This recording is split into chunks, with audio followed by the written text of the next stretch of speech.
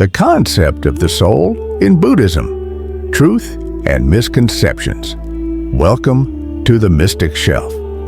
In today's video, we'll explore an intriguing and profound topic, the concept of the soul in Buddhism.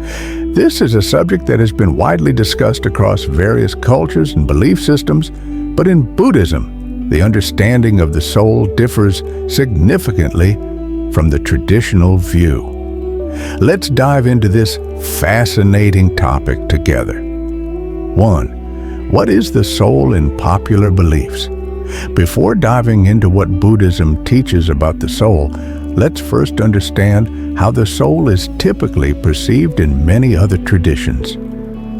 In popular belief systems, the soul is often seen as an eternal and unchanging entity. It is thought to exist independently of the physical body and to continue living after death. Many believe that the soul either ascends to a higher realm, reincarnates into a new life, or even returns to influence the living world. However, in Buddhism, this perception of the soul is quite different. To truly understand the Buddhist view, we need to examine some key teachings of the Buddha. 2. What does Buddhism say about the soul? In contrast to popular beliefs, Buddhism does not recognize the existence of a permanent soul or self. According to Buddhist teachings, all phenomena, including human beings, follow the principles of impermanence, anicca, and non-self, anatta. Impermanence, anicca. Everything is in a constant state of flux. Nothing is permanent or static. Non-self, anatta. There is no permanent, unchanging self or soul. Instead, what we consider to be ourselves is merely a collection of physical and mental elements that are ever-changing. Buddhism teaches that humans are a combination of the 5 aggregates: form, sensation, perception, mental formation, and consciousness. And these elements are all impermanent. Therefore, there is no enduring soul that persists across lifetimes, but rather a continuous flow of cause and effect, shaped by our actions, karma. 3. The concepts of karma and rebirth in Buddhism. In Buddhism, the concepts of karma and rebirth are central, but they don't involve a soul moving from one life to another in the way that some other traditions describe reincarnation. Instead, karma, the actions and intentions we generate, continues, leading to the process of rebirth. To better understand this, let me share a famous Buddhist story that illustrates these concepts. 4th, a Buddhist story. The previous lives of the Buddha, the story of the parrot. In one of the previous lives of the Buddha, he was born as a parrot. One day, the parrot saw a man who was in desperate need of water. The man had been stranded in the desert and was about to die from thirst. The compassionate parrot flew to a nearby pond, dipped its beak in the water, and returned to the man, offering him the life-saving liquid. The man drank the water and miraculously survived. Deeply grateful, he promised to never forget the parrot's kindness. But as time passed, the man's gratitude turned to forgetfulness, and soon his greed took over. He sought to capture the parrot for its feathers, intending to profit from its beauty. When the parrot returned, it immediately realized that the man had forgotten its good deed and that his heart was now filled with greed. Despite the man's previous promise, his desire for personal gain outweighed his gratitude. The parrot recognized that the man's actions were driven by negative karma, and therefore it chose to leave and avoid the man's harmful intentions. This story beautifully illustrates the principle of karma. Good deeds bring positive results, while negative actions bring suffering, both for the person performing them and others. The parrot's good karma which it had earned by saving the man's life, resulted in a better rebirth, while the man's greed led to suffering and separation from the parent. 5. A story of karma and the cycle of rebirth, samsara.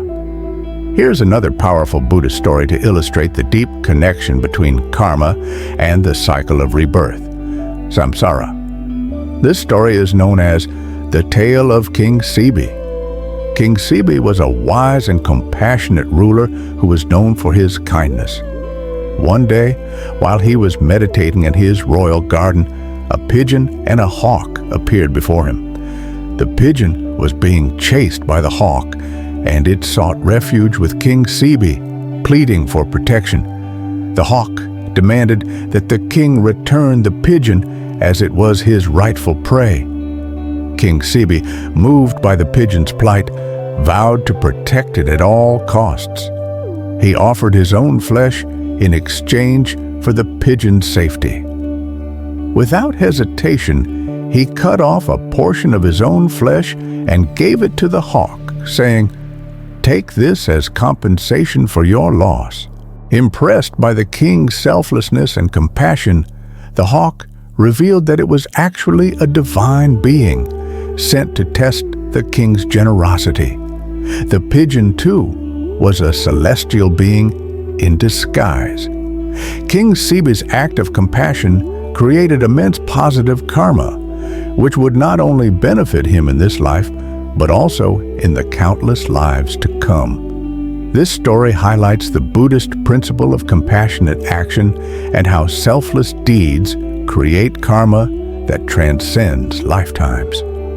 The king's actions allowed him to break free from the cycle of samsara and move closer to nirvana, the cessation of suffering. 6. The laws of cause and effect, karma and rebirth, samsara in Buddhism teaches not only about karma, but also the law of cause and effect and rebirth, samsara, both of which are central to understanding the continuity of life.